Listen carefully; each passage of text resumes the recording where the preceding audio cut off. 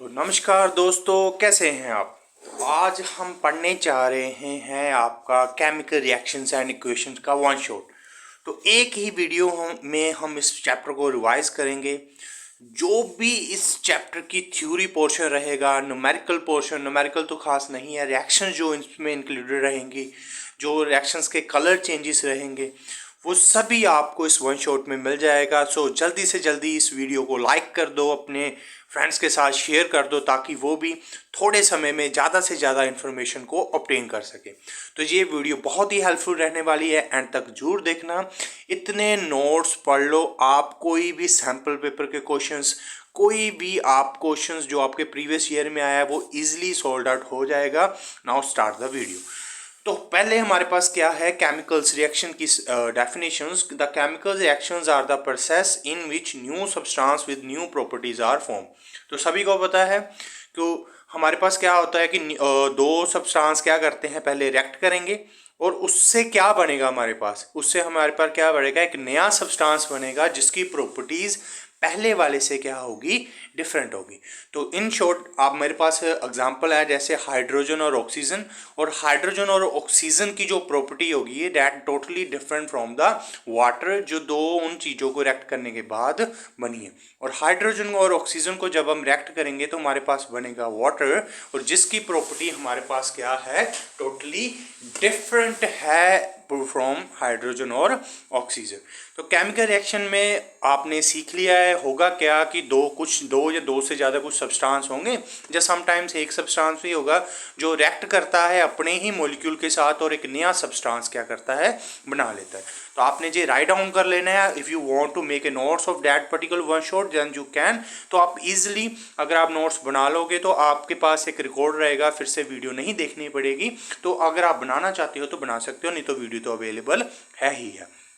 Next है हमारे पास कि केमिकल रिएक्शन में होता क्या है। अब ये दिमाग में नहीं बिठा लेना कि केमिकल इक्वेशन में क्या होगा, कोई कार्बन है वो टूट के ऑक्सीजन बन जाएगा, नाइट्रोजन बन जाएगा। तो ऐसा बिल्कुल भी नहीं होता। तो हाइड्रोजन, और जैसे सपोज करो आपने कार्बन लिया है तो प्रोडक्ट में भी आपको रिएक्टेंट, एक हमारे पास रिएक्टेंट होता है जो रिएक्ट करेंगे, और दूसरा हमारे पास क्या होता है, प्रोडक्ट, जो हमारे पास न्यू सब्सटेंस बनता है। तो होता क्या है, रिएक्टेंट में जो एलिमेंट रिएक्ट करते हैं उनके जो एलिमेंट के एटम्स हैं, अगर कार्बन है रिएक्टेंट वाली साइड तो प्रोडक्ट वाली साइड भी कार्बन ही रहेगा। अगर नाइट्रोजन है रिएक्टेंट वाली साइड तो प्रोडक्ट वाली साइड भी नाइट्रोजन ही रहेगा। Keep this thing in your mind कि हमारे पास केमिकल रिएक्शन में एलिमेंट के एटम्स जो होते हैं वो चेंज नहीं होते, जस्ट रीअरेंज होते हैं। तो आप देख सकते हो during a chemical reaction atoms of one element do not change into those of another element, only a rearrangement of atoms takes place. तो सिर्फ क्या होगी उनकी रीअरेंजमेंट कि पहले वो हाइड्रोजन के साथ जुड़ा था, अब वो किसी और के साथ जुड़ जाएगा, तो जस्ट रीअरेंजमेंट। तो दिमाग में रखना कोई भी एटम चेंज नहीं होता किसी और एटम में, एटम के एलिमेंट के एटम में। तो नाउ हमारे पास अभी मैंने आपको बोला है रिएक्टेंट जो रिएक्ट करेगा और बनेगा जो हमारे पास new substance, that is your product. तो सब्सटेंस जो हमारे पास केमिकल रिएक्शन में पार्टिसिपेट लेता है, रिएक्ट करता है, उसको हम बोलते हैं reactant. The substance which takes part in a chemical reaction are called reactant. The new substance produced in a chemical reaction are called product. और जो नया सब्सटेंस आपके पास बनता है उसको हम क्या बोलते हैं, प्रोडक्ट। तो जैसे मेरे पास एक रिएक्शन है, that is famous reaction generally ask in your board exam, in 10th board final exam. तो जैसे मैग्नीशियम है उसको ऑक्सीजन के साथ रिएक्ट करवाया तो मेरे पास क्या बन गया, मैग्नीशियम ऑक्साइड। अब मैग्नीशियम हमारे पास रिबन फॉर्म में होता है और हमें उसको जलाना है। जलाने के लिए हमें पता है ऑक्सीजन गैस की जरूरत पड़ेगी। तो एट द लास्ट मुझे क्या मिल रहा है, मैग्नीशियम ऑक्साइड। तो एक चीज़ आपने ध्यान में रखनी है कि जब भी हमने लैब में मैग्नीशियम रिबन को जलाना है तो उसको एक सैंड पेपर के साथ उसकी क्लीनिंग कर लेनी है। वाई, बिकॉज उसके ऊपर एक प्रोटेक्टिव लेयर बनी होती है आपकी मैग्नीशियम ऑक्साइड की, तो उसको रिमूव कर लेना है। अगर नहीं करोगे तो वो जो मैग्नीशियम की रिबन है उसका एक वाइट फ्लेम प्रोड्यूस होता है ड्यूरिंग द बर्निंग, और जो वाइट फ्लेम है आपके आंखों को आपको परमानेंट ब्लाइंड भी कर सकता है समटाइम्स। तो keep in mind this thing का आपने समटाइम्स क्वेश्चन आता है कि मैग्नीशियम रिबन को क्लीन क्यों करना है, कि उसके ऊपर जो मैग्नीशियम ऑक्साइड की लेयर है उसको रिमूव करने के लिए। अब एक और क्वेश्चन है जो रिसेंटली आपके प्रीवियस फाइनल एग्जाम में भी हुआ था, 10th के जो जब सेमेस्टर सिस्टम था और ये 2022 वाला, तो उसमें क्या था कि मैग्नीशियम और ऑक्सीजन को तो रिएक्ट करवाया। अब सभी को पता है, सभी ने को पता है कि मैग्नीशियम ऑक्साइड तो मोस्टली आप क्या आंसर कर लेते हो, मैग्नीशियम ऑक्साइड। लेकिन उसमें एक कंडीशन थी कि अगर उसने वो टेस्ट ट्यूब में जो उनको डाला है वो अगर मॉइस्ट है, मॉइस्ट है इट मीन्स वाटर का कंटेंट है उसमें, तो आपके पास मैग्नीशियम ऑक्साइड नहीं बनेगा, आपके पास क्या बन जाएगा, मैग्नीशियम हाइड्रोक्साइड। तो ये बात आपने ध्यान में रखनी है कि अगर कहीं वाटर का सोर्स प्रेजेंट है कहीं से भी, तो आपने उसको मैग्नीशियम ऑक्साइड आपका आंसर नहीं रहेगा, आपका आंसर रहेगा मैग्नीशियम हाइड्रोक्साइड। तो keep this thing in your mind, that's a very important. Now move to the next. अब और कौन सी एग्जाम्पल हो सकती हैं आपकी रिएक्शंस की, जैसे आपका मिल्क खट्टा हो रहा है, कर्ड बन रहा है, हम सांस ले रहे हैं, burning of fuels, that is also known as chemical reactions, जिसमें रिएक्टेंट रिएक्ट करेंगे और हमारे पास क्या बनेगा, प्रोडक्ट। तो कैरेक्टरिस्टिक्स ऑफ केमिकल रिएक्शन क्या है, इसमें क्या है कि कैसे हमें पता चलेगा कि कोई रिएक्शन हो रही है, या फिर जब कोई रिएक्शन हो रही है हमें कैसे दिखाई देता है कि yes the reaction is going on. The important characteristics are कि उसमें से गैसेस बाहर आएंगी, गैस कि उसमें से कुछ गैस बाहर आएगी, है ना। तो जैसे उसका कलर चेंज होगा, उसका टेम्परेचर अगर बाहर आ रहा है, गर्म हो रहा है, डेट इज एक्सोथर्मिक, अगर हमें हीट लगानी पड़ रही है that is endothermic. State change हो रही है कि सॉलिड हमने लिया था लेकिन एट द एंड प्रोडक्ट हमें गैस मिल रही है, या फिर हमने लिक्विड लिया था एट द एंड हमें सॉलिड मिल रहे हैं। तो आपके पास ये 4 पॉइंट्स तो इजीली समझ आते हैं। लेकिन प्रेसिपिटेट, तो समटाइम्स व्हाट्स हैपन, हमने आगे डबल डिस्प्लेसमेंट रिएक्शन भी करनी है, उसमें हम देखेंगे कि हम 2 लिक्विड को आपस में डिसोल्व करते हैं, लेकिन एट द एंड हमारे पास क्या बनता है, लास्ट में एक सॉलिड प्रोडक्ट बनता है जो आपके गिवन सॉल्वेंट में डिसोल्व नहीं होता। तो उसी को हम बोलते हैं कि उसमें प्रेसिपिटेट बन गया, कि ऐसा कुछ बन जाना रिएक्शन में सॉलिड फॉर्म में जो आपके गिवन सॉल्वेंट में डिसोल्व नहीं होता, उसको हम क्या बोलते हैं, प्रेसिपिटेट। ओके, तो rest of the points is too easy. तो ये आप लिख भी सकते हो, मैंने इसको डिटेल में नहीं समझाया क्योंकि हमने आगे जो रिएक्शंस करनी है उसमें ये आपके कवर हो जाएंगे, कि जैसे किसी रिएक्शन में गैस निकल रही है, दैट इज नोन एज उसमें रिएक्शन हो रही है। तो these are the 5 characteristics by which you can say the reaction is going on. Next है बच्चे आपका chemical equations, that is too easy. तो पहले हमने क्या बोला कि मैग्नीशियम जब ऑक्सीजन के साथ रिएक्ट करता है तो मैग्नीशियम ऑक्साइड बन जाता है, लेकिन उसी बात को अगर हम सिंबल्स और फार्मूला से रिप्रेजेंट करेंगे वो आपका क्या बन जाएगा, chemical equation. The method of representing a chemical reaction with the help of symbols and formula of the substance involve, it is known as chemical equation. कि उसमें उसी को हमने क्या किस में रिप्रेजेंट कर दिया, आपके सिंबल्स में, आपके फार्मूलाज में, तो वो आपका क्या बन जाएगा, आपका बन जाएगी केमिकल इक्वेशन। जैसे यू कैन सी, जैसे रिएक्शन क्या है, हाइड्रोजन को here is a mistake, that is oxygen. तो हाइड्रोजन को अगर हम ऑक्सीजन के साथ रिएक्ट करवाएंगे तो what we get water. But इसी चीज़ को मैं लिखूंगा अब सिंबल्स और फार्मूला के में, कि मेरा हाइड्रोजन जब ऑक्सीजन के साथ रिएक्ट करेगा तो क्या बनेगा मेरे पास, वाटर। ठीक है। तो सिमिलरली नेक्स्ट, जब हम मैग्नीशियम को ऑक्सीजन के साथ रिएक्ट करवाएंगे तो मेरे पास क्या बनेगा, मैग्नीशियम ऑक्साइड। अब इसी चीज़ को मैं लिखूंगा सिंबल से, मैग्नीशियम का सिंबल Mg, ऑक्सीजन का O2, बना क्या मेरे पास MgO। तो ये रिएक्शन बैलेंस है या नहीं, तो आपने अगर अनबैलेंस है तो आप इसको बैलेंस कर सकते हो, लेकिन अगर मैं आगे मैं आपको सिखाऊंगा भी बैलेंसिंग कैसे होगी। तो जस्ट वी कैन सी कि यहाँ पर O2 है, कमी आपको यहाँ दिखाई दे रही है, 2 से मल्टीप्लाई कर दो और यहाँ भी अब 2 हो जाएगा, तो that now it's reaction is balanced. Now move to the next. तो नेक्स्ट हमारे पास वही है, again zinc plus sulphuric acid give rise to zinc sulphate plus hydrogen. तो जिंक और सल्फ्यूरिक एसिड को जब इसी चीज़ को अब मैं सिंबल्स और फार्मूला में लिखेंगे।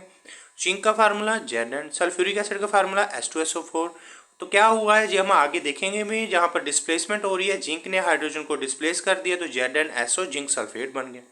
तो now you can understand easily that chemical reactions में क्या है कि हम बोलेंगे कि अच्छा ये रिएक्टर रिएक्ट करेंगे और हमारे पास प्रोडक्ट बन जाएगा, लेकिन उसी बात को अगर हम सिंबल्स और फार्मूला में रिप्रेजेंट करेंगे वो आपकी बन जाएगी chemical equations. Now next is balance and unbalance chemical equation. तो क्या होता है हमारे पास, अगर रिएक्टर में जितने एटम हैं उतने ही हमारे पास प्रोडक्ट में है, that is known as balance equation. लेकिन अगर वो आपके पास अनइक्वल है तो वो बन जाएंगे आपके पास अनबैलेंस। तो अब इसी ही बैलेंस हमने क्वेश्चंस को क्या करने हैं, बैलेंस। तो बैलेंस करने के लिए हमारे पास सबसे पहले आपने ध्यान में रखना है कि ये किस अकॉर्डिंग, लॉ के अकॉर्डिंग ये बैलेंस होती हैं, that is law of conservation of mass. तो प्रोसेस जिसमें हम क्या करते हैं, डिफरेंट टाइप्स ऑफ एटम्स को इक्वल करते हैं on the both side of an equation. Both side means reactant वाली साइड और प्रोडक्ट वाली साइड। यहाँ जितने एटम होंगे उतने यहाँ होंगे, तो आप बोल सकते हो कि वो क्या है, बैलेंस। और इस काम को अगर नहीं बैलेंस वो, तो आपने उनको बैलेंस करना है। इस प्रोसेस को हम बोलते हैं बैलेंसिंग द इक्वेशंस। तो that is most easy method होता है आपका बैलेंसिंग का। आपके 10th लेवल तक इतनी हाई बैलेंसिंग नहीं पूछी जाती, that is in your +1 class ask majorly, पर यहाँ too easy if questions come in balancing. तो here you can see first start from iron. तो यहाँ देख सकते हो आयरन यहाँ पर एक है। अब इसी आयरन को पहले 1 बाय 1 एटम उठाया करो। तो आयरन आप देख सकते हो एक है। अब देखो प्रोडक्ट वाली साइड जहाँ पर है 3, तो आप देख सकते हो कमी है रेक्टेंट वाली साइड, तो मैं कहाँ किससे मल्टीप्लाई कर दूँ, 3 से। Now my iron is balanced. Now next you can C oxygen. Oxygen यहाँ पर क्या है 4, लेकिन यहाँ पर क्या है 1, तो मुझे किसके साथ मल्टीप्लाई करना पड़ेगा, 4 के साथ। तो नाउ हाइड्रोजन बैलेंस कर लेते हैं, 4 2 जा 8, लेकिन यहाँ पर क्या है मेरे पास 2, तो किससे मल्टीप्लाई करूंगा मैं, 4 के साथ। Now your first equation is balanced. तो next one is CO, carbon monoxide को मैंने H2 के साथ रिएक्ट करवाया, what I got, CH3OH। Now carbon आपके पास क्या है 1, हियर इज आल्सो 1। आपके पास ऑक्सीजन कितने हैं 1, हियर इज आल्सो 1। आपके पास यहाँ हाइड्रोजन कितने हैं 2, और लेकिन यहाँ पर क्या है 3 + 1 4। अब कमी कहाँ पर है, रेक्टेंट में। रेक्टेंट को 4 बनाने के साथ किसने मल्टीप्लाई कर दूँ, 2। तो ऑलवेज रिमेंबर, जो आपने मल्टीप्लाई करना है वो कभी भी पीछे नहीं करना है, आपने हमेशा फ्रंट में ही मल्टीप्लाई करना है। तो that is too easy method. तो आपने बस एटम्स देखने हैं, दोनों तरफ रिएक्टेंट और प्रोडक्ट के बैलेंस कर देने। तो यहाँ देख सकते हो कार्बन आपके पास 1 है, लेकिन यहाँ पर क्या है 6, तो बिना सोचे समझे यहाँ पर 6 लगा दो, तो 6 CO2। नेक्स्ट देखो अब हाइड्रोजन 12 यहाँ से। और now first of all you can calculate oxygen. तो 12 यहाँ पर आएंगे आपके पास, और यहाँ पर आपके आ जाएंगे 14। तो 14 अगर मैं यहाँ पर 7 से मल्टीप्लाई कर दूँ, तो मेरे पास कितने आ जाएंगे, ऑक्सीजन कितने आ जाएंगे 7 और 7 ऑक्सीजन यहाँ से, और यहाँ पर आपके आ जाएंगी 6 CO2, 6 और 6 12 और 7 आपके पास कितने आ जाएंगे 19। लेकिन ऑक्सीजन का नंबर प्रोडक्ट वाली साइड कैलकुलेट नहीं होगा, तो इसके लिए आप यहाँ पर मल्टीप्लाई करो 6 और 6, 6 2 जा 12, 12 + 12 कितने हो गए आपके पास 14। तो यहाँ पर आपको 12 + 24, यहाँ पर आपको 12 से मल्टीप्लाई करना पड़ेगा। तो ऑक्सीजन देखो कितने हो गए। तो मैंने यहाँ पर 7 से क्यों नहीं मल्टीप्लाई कर दिया सीधा, क्योंकि मेरे पास ओड नंबर आ रहा था, इसलिए मैंने ऐसे नंबर के साथ मल्टीप्लाई करा कि मेरे हाइड्रोजन भी बैलेंस रहे और ऑक्सीजन भी इवन रहे और ऑक्सीजन भी इवन रहे। तो अब आपके पास ऑक्सीजन है 6 2 जा 12, 12 आपके पास ऑक्सीजन हो रहा है 24। तो 6 12 और 6 आपके पास अगेन 24 क्या होगी, ऑक्सीजन और हाइड्रोजन भी आपके पास है 24, और कार्बन आपके पास है 6। नाउ नेक्स्ट, यहाँ पर आपके कार्बन 1 है, यहाँ भी 1 है, यहाँ H4 है, लेकिन यहाँ पर 2 है, कहाँ किससे मल्टीप्लाई कर दो 2 से। ना ऑक्सीजन देखो यहाँ पर 2 है, लेकिन यहाँ पर क्या है 4, तो यहाँ किससे मल्टीप्लाई करूँगा 2 से। तो now balancing the equation that is too easy task. अगर आपने बहुत सारे क्या, अगर आप NCERT को भी प्रैक्टिस कर लेते हो और NCERT के जितने भी इक्वेशंस दे रखी हैं उनके, अगर आप कई बार समटाइम्स वो बैलेंसिंग करके देते हैं, आप बैलेंसिंग आगे वाले पॉइंट्स ना लिखो, ये वाले खुद से बैलेंस करो, तो आपकी बहुत प्रैक्टिस हो जाएगी। That is more than enough for your final exam also. Now next sometimes हमारे पास कुछ ऐसे भी होते हैं हमारे पास पॉइंट्स, जिससे आप किसी भी रिएक्शंस को और ज़्यादा इन्फॉर्मेटिव बना सकते हो। जैसे मेरे पास ये रिएक्शंस थी ऊपर वाली, zinc H2SO4 zinc sulphate + H2, लेकिन इसको अब मैं और इन्फॉर्मेटिव कैसे बना सकता हूँ कि मैं इसकी स्टेट लिख सकता हूँ। जैसे जिंक जो मैंने लिया वो सॉलिड फॉर्म में था, सल्फ्यूरिक एसिड जो मैंने लिया एक्वस बोल दो या फिर बोल दो डिल्यूट सल्फ्यूरिक एसिड, कि मैंने उसमें थोड़ा इसको मैंने पानी में डिजोल्व कर रखा है, कि एसिड लिया और उसको पानी में डिजोल्व किया, डिल्यूट बन गया। तो हमने कंसनट्रेटेड एसिड नहीं लिया, डिल्यूट लिया। अगेन जिंक सल्फेट एक्वस बना, और हाइड्रोजन आपके पास क्या बनी, गैस। तो दैट इज प्लस इन्फॉर्मेशन मिल रही है आपको कि मैंने जिंक सॉलिड में लिया, सल्फ्यूरिक एसिड कैसे लिया। तो that is the one way कि आप रिएक्शंस को और ज़्यादा इन्फॉर्मेटिव कैसे बना सकते हो। अनदर है कि आपको हीट चेंजेस बताओ। हीट जैसे रिएक्शन एक्सोथर्मिक है कि प्रोडक्ट वाली साइड में आपकी हीट रिलीज हो रही है कि रिएक्टेंट वाली साइड यूज़ हो रही है। जैसे रेस्पिरेशन। तो रेस्पिरेशन में हम क्या करते हैं, आपकी ग्लूकोज में की प्रेजेंस ऑक्सीजन की प्रेजेंस में ग्लूकोज की ब्रेकडाउन होती है और इसके साथ आपकी 38 एटीपी एनर्जी प्रोड्यूस होती है। अब एनर्जी प्रोड्यूस होगी प्रोडक्ट वाली साइड, तो वो रिएक्शन आपकी क्या बन जाएगी, that is exothermic reactions. But sometimes आपके पास क्या होता है, आपको एनर्जी सप्लाई भी करनी पड़ती है, जैसे N2 + O2। अब हीट वो जहाँ भी देख सकता है आपकी रिएक्टेंट वाली साइड, और जहाँ एरो के ऊपर गिव राइज टू के ऊपर भी लगा सकता है। तो ऐसी अगर रिएक्शंस आपको देखने को मिलेगी, that is known as endothermic reaction, जिसमें आपको heat energy supply, again this is the endothermic reaction. फिर से आपको क्या करनी पड़ेगी, हीट सप्लाई करनी पड़ेगी रिएक्टेंट वाली साइड, वो आपके पास क्या बन जाएगा, एंडोथर्मिक रिएक्शन। तो ये क्वेश्चन आपका जनरली आता है, रेस्पिरेशन को एक्सोथर्मिक रिएक्शन क्यों बोला जाता है, क्योंकि आपकी ग्लूकोज की जब ब्रेकडाउन होती है in the presence of oxygen, large amount of energy release होती है। आपने इस रिएक्शंस को लिखना है और वर्डिंग में एक्सप्लेन कर देना है। तो एट द एंड आपके पास क्या है कि आपने कैसे बताना है कि समटाइम्स क्या होता है कि आपके पास और भी कुछ डाला होता है, जैसे हियर हीट का तो आपको पता चल गया कि हीट दी है, लेकिन ये MnO2 जहाँ पर क्या काम कर रहा है, ना तो रिएक्टेंट वाली साइड कहीं पर दिखाई दे रहा है और ना ही प्रोडक्ट वाली साइड कहीं पर है। तो these act as a catalyst. तो कैटालिस्ट हमारे पास क्या होते हैं, जो रिएक्शंस को क्या करते हैं, अल्टर मीन्स उसकी रेट मीन्स स्पीड, रिएक्शन की स्पीड को जहाँ तो चेंज करेंगे कैसे, जहाँ तो बढ़ाएंगे जहाँ तो कम करेंगे। तो ऐसे हम सब्सटेंसेस को क्या बोलते हैं, कैटालिस्ट। कि वो सब्सटेंस जो किसी भी रिएक्शन की स्पीड को बढ़ाएंगे या फिर क्या करेंगे, कम करेंगे। तो बढ़ते हैं नेक्स्ट है आपके पास टाइप्स ऑफ केमिकल रिएक्शन। तो हमारे पास 5 टाइप्स ऑफ केमिकल रिएक्शन है। First one is combination. तो कॉम्बिनेशन से ही आप बच्चे अंडरस्टैंड कर गए होंगे कि इसमें 2 रिएक्टेंट आएंगे और आपस में क्या करेंगे, कंबाइन, या 2 से ज़्यादा, इन विच 2 और more substances combine to form a single substance. तो कीप इन माइंड 2 से ज़्यादा भी हो सकते हैं, 2 हैं, कंबाइन करेंगे और एक सिंगल प्रोडक्ट बनाएंगे, उसको हम बोलते हैं कॉम्बिनेशन रिएक्शंस। जैसे Mg + O2 2MgO, H2 + O2 2H2O, Na + Cl2 2NaCl। तो कॉम्बिनेशन रिएक्शन क्या है आपके पास कि 2 और 2 से ज़्यादा सब्सटेंस आपस में कंबाइन करेंगे और एक सिंगल सब्सटेंस बना देंगे, that is known as combination reactions. तो next one is decomposition reaction, those reactions in which a compound split. तो डीकम्पोजिशन रिएक्शन में क्या है, उसमें जुड़े और इसमें टूटेंगे। इसमें एक सब्सटेंस होगा आपके पास सिंगल, वो स्प्लिट कर जाएगा 2 या 2 से ज़्यादा सब्सटेंसेस में, that is known as decomposition reaction.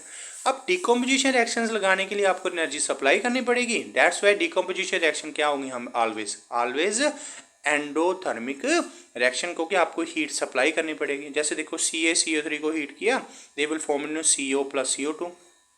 Next iron, जैसे कलर चेंजेस। तो याद रखना मेजरली जितनी आपकी NCERT में जो भी रिएक्शंस जिसमें कलर चेंजेस देखने को मिलते हैं, वो मैंने इस वन शॉट में कवर करने की कोशिश की है। एक आध आगे पीछे रह गई होगी, लेकिन मोस्टली मैंने कवर करने की कोशिश की है। तो फायरन सल्फेट ग्रीन, और जब हम इसको हीट करेंगे आपके पास क्या बन जाएगा, ब्राउन। तो ये हीट किया endothermic reaction. Again lead nitrate, तो इसमें अगर हम इसको हीट करेंगे आपके पास क्या बनेगा, lead oxide, nitrogen oxide, dioxide और साथ में ऑक्सीजन। लेड ऑक्साइड के आपके पास कैसा कलर रहता है, येलो, PPT बनेंगे। इसकी ब्राउन फ्यूम, जैसे आप देखोगे कि समटाइम्स आपके वो फ्यूम्स निकलते हैं ना, जैसे कोई चीज़ गर्म हो उसमें से धुआं वगैरह निकलता है, डैट इज़ द वो ब्राउन कलर के फ्यूम्स निकलेंगे। अब डिकम्पोजिशन रिएक्शंस आपकी 3 टाइप्स की होती हैं, बहुत इंपॉर्टेंट। सबसे पहले थर्मल डिकम्पोजिशन, जिसमें हमने हीट सप्लाई की उसको तोड़ने के लिए, गर्मी, थर्मल। सेकंड इलेक्ट्रिकल डिकम्पोजिशन, जिसमें हम इलेक्ट्रिसिटी सप्लाई करेंगे उसको तोड़ने के लिए, जैसे 2NaCl को इलेक्ट्रोलिसिस करवाया, Na और क्लोरीन बन गया। वाटर की इलेक्ट्रोलिसिस करवाई, क्या बन गया, हाइड्रोजन और ऑक्सीजन। अल्मीनियम ऑक्साइड की डाइअल्मीनियम ट्राइऑक्साइड की करवाई, तो हमारे पास क्या बना, अल्मीनियम और ऑक्सीजन। लेकिन ये रिएक्शन में एनर्जी ज़्यादा चाहिए, दैट्स वाई इसमें हमने इलेक्ट्रिकल डिकम्पोजिशन करवाया। ऊपर वाले में हमने थर्मल करवाया। अब थर्ड वन भी बता दो sir, yes of course, that is photochemical decomposition. इसमें क्या था मेरे पास, AgCl, दैट इज वाइट, उसको हमने लाइट के प्रेजेंस में रखा, मेरे पास क्या बन गया, सिल्वर और क्लोरीन। अब सिल्वर मेरे पास क्या है, ग्रेश वाइट। तो sometimes question ask in your exam, what happens when AgCl comes in contact with light. तो लाइट के कांटेक्ट में आएगा तो वह क्या कर जाएगा सर, डिकम्पोज, डिकम्पोज करने के बाद क्या बनेंगे आपके पास सिल्वर, जो सिल्वर होगा आपके पास सिल्वर ग्रेश वाइट का, और क्लोरीन गैस जो निकलेगी that is yellow in colour. तो that is the decomposition reaction. Now move to the next, that is the displacement. तो डिस्प्लेसमेंट में भी आपको दिमाग में रखना है डिस्प्लेसमेंट है क्या, those reactions in which one element takes the place of another, जिसमें एक एलिमेंट दूसरे की जगह ले लेता है, उसको हम करते हैं डिस्प्लेस, उसको डिस्प्लेस करता है, चल पीछे हट जा। जैसे हमारे I am from the Punjab, और हमारे जहाँ पर एक फेमस सिंगर सिद्धू मूसेवाले दी यू नो डेथ हो गई उन्होंने, है ना। तो उन्होंने एक there is a famous song साडा चलदा है धक्का असीं तां करदे। तो हेयर जिंक सेज मेरा धक्का चलदा है, इस करके डैट्स वाई मैं कोपर नूं की कर देना डिस्प्लेस कर देना। तो जिंक का धक्का चलदा सीगा, उन्हें कोपर नूं की करदा डिस्प्लेस करदा। तो जिंक ने कोपर नूं डिस्प्लेस करदा, जिंक का धक्का चलदा सीगा उस करके उन्हें कोपर नूं डिस्प्लेस करदा। तो that is the displacement reaction. I think आपको ईजी तरीके से समझ आया होगा। तो एक हाईली रिएक्टिव या फिर हाईली रिएक्टिव मैटल ने lower reactive metal lower reactive metal नूं की करता डिस्प्लेस, सीधा धक्का चलदा सीगा उन्हें more reactive lace reactive metal नूं डिस्प्लेस करता। तो जिंक ने कोपर नूं डिस्प्लेस करता, तो की बनया बच्चे ब्लू सोल्यूशन सीगा पहला कोपर सल्फेट का, that is convert into colourless solution, और जो कोपर बनेगा वो तुहानूं रैड ब्राउन के नीचे पीपड़ी दिखाई दे देगी। नैक्सट है कोपर सल्फेट, अगेन आयरन है मोर रिएक्टिव, मोर धक्का चलता है, इन्हें भी कोपर नूं की करता सर डिस्प्लेस करता, ब्लू कलर की चेंज हो गया ग्रीनी सोल्यूशन। अगेन कोपर क्लोराइड जो ग्रीन सोल्यूशन सीगा डैट इज द कोपरस क्लोराइड, तो ग्रीन सोल्यूशन सीगा लैड का जो ब्लू कलर का ही, जो उन्होंने रिएक्ट करवाया मेरे को की बनया लैड क्लोराइड, लास्ट की बने red brown PPT. Next again AgNO3, कोपर ने Ag मोर एक्टिव है उन्होंने डिस्प्लेस करता। नैक्सट कोपर ऑक्साइड में Mg ज़्यादा एक्टिव ही, उन्हें कोपर की करता डिस्प्लेस करता। अगेन अलमीनियम मोर एक्टिव, और दैन आयरन नूं डिस्प्लेस करता। तो इन डिस्प्लेसमेंट रिएक्शन च हो की रहा, एक बहुत reactive metal low reactive metal नूं की कर रहा है डिस्प्लेस कर रहा है। मैग्नीशियम डिस्प्लेसिंग है reactive metal that is a oxygen, तो कोपर। तो मोर रिएक्टिव मैटल की करता है लैस रिएक्टिव मैटल नूं डिस्प्लेस कर देना। हुण सर सानू किस तरह याद रहेगा कौन कितना ज़्यादा रिएक्टिव है कौन नहीं, तो there is one series that is how हुण सीरीज़ है डैट इज़ रिएक्टिविटी सीरीज़। हुण इनू याद किवें करना है, please stop calling me a careless zebra, instead try learning how copper saves gold. तो दीज आर द निमोनिक्स जिन्होंने तुसीं 2-3 बारी करोगे तो तुहानूं ये याद हो जाएगा। तो इन्हां दे जिहड़े फर्स्ट लैडर है, P तो पोटाशियम, S तो सोडियम, C तो कैल्शियम, M तो मैग्नीशियम, A तो एल्यूमीनियम, C तो कार्बन, Z तो जिंक, I तो आयरन, T तो टिन, L तो लेड, H तो हाइड्रोजन, C तो कोपर, S तो डैट इज सिल्वर, और G तो की बन जाएगा गोल्ड। और एक बार जो तुहानूं ये पहले वर्ड जो याद हो गए तुहानूं नैक्सट भी बच्चे एलिमेंट याद करने ईजी हो जाएगा। तो there is a reactivity series, ये उपर वाले जोड़े होंगे ने ज़्यादा रिएक्टिव होंगे ने एज़ कंपेयर टू नीचे वाला। तो उपर वालों का धक्का ज़्यादा चलता, जे उन्होंने कोई लैस रिएक्टिव वाला आ जाएगा उन्होंने उन्होंने की कर देना डिस्प्लेस कर देना, that is the displacement reactions. तो लास्ट वन अपने को की है double displacement reaction, those reaction in which two compounds react by an exchange of ions to form two new compound.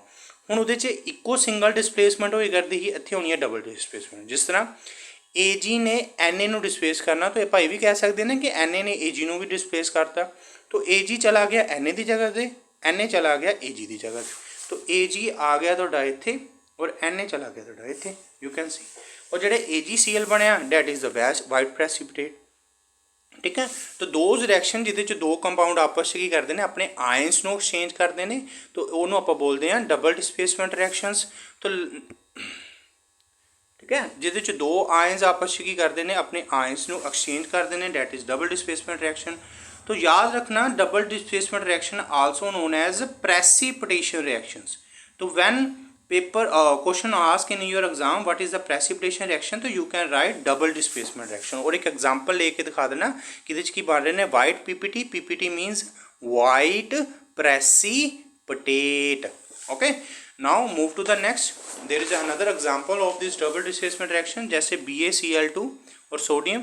और जैसे मैंने आपको पहला बताया कि जो भी रिएक्शंस आपकी जनरली इन योर NCERT और there is a one reference book, मैं उनका नाम नहीं मेंशन करूँगा, but I really prefer that books. तो आप देख सकते हो उन सभी रिएक्शंस को मैंने इस वन शॉट में कवर करने की कोशिश करी है। तो अगर आप इतना भी कर लेते हो आपके मेजरली सारे क्वेश्चंस के answer previous year sample paper के ईजिली हो जाएंगे। तो BaCl2 इसमें बेरियम ने सोडियम को डिस्प्लेस कर दिया और सोडियम ने बेरियम को डिस्प्लेस कर दिया। सिमिलरली बेरियम ने कॉपर को डिस्प्लेस कर दिया और कॉपर ने बेरियम को, नहीं जहाँ फिर बोल दो बेरियम कॉपर की जगह पर चला गया और कॉपर बेरियम में। और इसमें जो कलर चेंजेस आ रहे हैं वो आपको ध्यान में रखना है कि बेरियम क्लोराइड को हम अगर सोडियम सल्फाइड में डालेंगे मेरे पास वाइट पीपीडी बनेंगे बेरियम सल्फेट के। नेक्स्ट कॉपर सल्फेट को अगर मैं हाइड्रोजन सल्फाइड में डालूंगा तो मेरे पास ब्लैक पीपीडी बनेंगे कॉपर सल्फाइड के, कुप्रस सल्फाइड के। नेक्स्ट क्यूप्रिक सल्फाइड के। नेक्स्ट नेड नाइट्रेट और पोटाशियम आयोडाइड को अगर हम रिएक्ट करवाएंगे मेरे पास क्या बनेंगे लेड आयोडाइड, और जिसके क्या होंगे yellow PPD. That is the most generally asked reactions in your exam.